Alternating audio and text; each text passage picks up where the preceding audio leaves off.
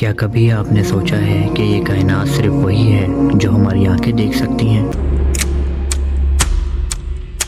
یا پھر اس نظرانے والی دنیا کے پیچھے کوئی ایسی طاقت، کوئی ایسا نظام موجود ہے جسے انسان ابھی مکمل طور پر سمجھ نہیں پایا؟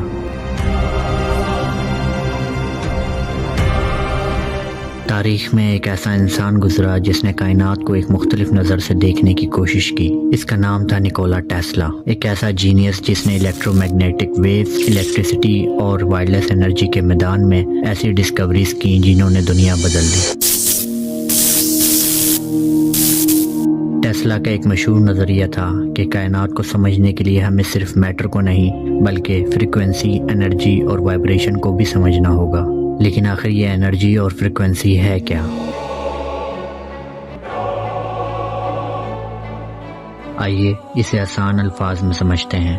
ہماری دنیا ہر چیز ایٹم سے بنی ہے، انسان، درخت، پانی، زمین، ستارے، سب کچھ۔ اور ایٹم خود ایک بہت چھوٹی دنیا ہے جس کے اندر پارٹیکلز موجود ہوتے ہیں۔ ماڈرن فزکس ہمیں بتاتی ہے کہ مائکروسکوپک لیول پر دنیا ہماری روزمرہ زندگی سے بہت مختلف انداز میں بیہیو کرتی ہے۔ یہاں انرجی، موومنٹ اور انٹریکشن بہت اہم کردار ادا کرتے ہیں۔ یعنی جس چیز کو ہم سالڈ سمجھتے ہیں، اس کے اندر بھی ایک مسلسل حرکت کا نظام موجود ہے۔ یہی کنسیپٹ ہمیں وائبریشن کی طرف لے جاتا ہے۔ وائبریشن کا مطلب ہے حرکت۔ ہر ویو، ہر ساؤنڈ اور ہر الیکٹرو میگنیٹک سگنل کی اپنی ایک فریکوینسی ہوتی ہے۔ مثال کے طور پر اگر آپ ایک آواز کو مختلف فریکوینسیز پر چلائیں تو اس کے اثرات مختلف ہو سکتے ہیں۔ سائنس میں یہ دیکھا گیا ہے کہ وائبریشن مختلف چیزوں کے پیٹرنز اور موومنٹس پر اثر ڈال سکتی ہے۔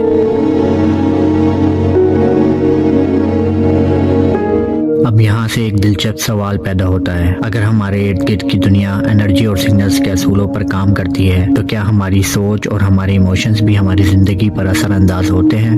یہاں آتا ہے لا آف اٹریکشن کا کنسیپٹ۔ لا آف اٹریکشن کے مطابق انسان جس چیز پر مسلسل فوکس کرتا ہے، اس کی سوچ، اس کے فیصلے اور اس کے ایکشنز آہستہ آہستہ اسی سمت میں جانے لگتے ہیں۔ مثلاً ایک شخص اگر ہر وقت یہی سوچتا رہے کہ میں ناکام ہوں تو اس کا دماغ رسک لینے سے بچنے لگے گا، وہ مواقع کو اگنور کرے گا اور آہستہ آہستہ وہی سوچ اس کی حقیقت بننے لگے گی۔ لیکن ایک شخص جو یہ یقین رکھتا ہے کہ میں سیکھ سکتا ہوں، میں بہتر ہو سکتا ہوں، وہ زیادہ کوشش کرے گا، زیادہ مواقع تلاش کرے گا اور کامیابی کے امکانات بڑھ جائیں گے۔ یعنی اصل طاقت صرف سوچ میں نہیں بلکہ سوچ کے بعد آنے والے ایکشن میں ہوتی ہے۔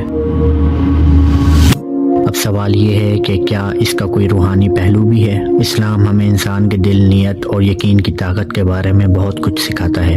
قرآن بار بار انسان کو امید، صبر اور اللہ پر بھروسے کی دعوت دیتا ہے۔ حدیث قدسی میں آتا ہے، میں اپنے بندے کے گمان کے مطابق ہوں۔ اس کا مطلب یہ ہے کہ ایک مومن کا اللہ تعالیٰ کے بارے میں اچھا گمان اس کے دل کو مضبوط کرتا ہے، اسے امید دیتا ہے اور اسے نیک راستے پر قائم رکھتا ہے۔ یہاں ہم ایک روحانی کنسیپٹ کو سمجھ سکتے ہیں جسے بعض لوگ ڈیوائن فریکوینسی کہتے ہیں۔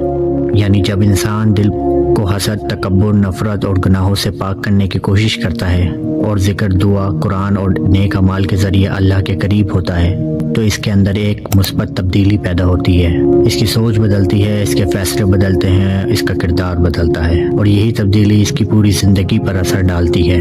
قرآن میں اللہ تعالیٰ فرماتا ہے کن فیکن، یعنی جب اللہ کسی چیز کا ارادہ فرماتا ہے تو کہتا ہے ہو جا اور وہ ہو جاتی ہے۔ یہ اللہ کی قدرت کا ایسا راز ہے جسے انسان اپنی محدود عقل اور سائنس سے مکمل طور پر نہیں سمجھ سکتے۔ سائنس کائنات کے قوانین کو سمجھنے کی کوشش کرتی ہے لیکن ایمان ہمیں بتاتا ہے کہ ان قوانین کے پیچھے ایک خالق موجود ہے۔ شاید یہی وجہ ہے کہ انسان جتنا کائنات کو سمجھتا جاتا ہے اتنا ہی اسے اپنی کمزوری اور اللہ کی عظمت کا احساس ہوتا ہے۔ تو اصل راز کیا ہے؟ اصل راز یہ ہے کہ انسان اپنے ذہن کو کیسے استعمال کرتا ہے، اپنے دل کو کیسے صاف رکھتا ہے اور اپنے رب کے ساتھ اپنا تعلق کتنا مضبوط رکھتا ہے۔ اسٹرانگ بلیف، پازیٹیو تھاٹس اور سنسیئر ایکشنز انسان کی زندگی کا رخ بدل سکتے ہیں، کیونکہ انسان صرف گوشت اور ہڈیوں کا نام نہیں، انسان ایک سوچ ہے، ایک ارادہ ہے، ایک روح ہے اور شاید اسی میں اس کائنات کے سب سے بڑے رازوں میں سے ایک راز چھپا ہے۔ اللہ تعالیٰ ہمیں صحیح سمجھ، مضبوط ایمان اور نیک عمل کی توفیق عطا فرمائے۔ آمین۔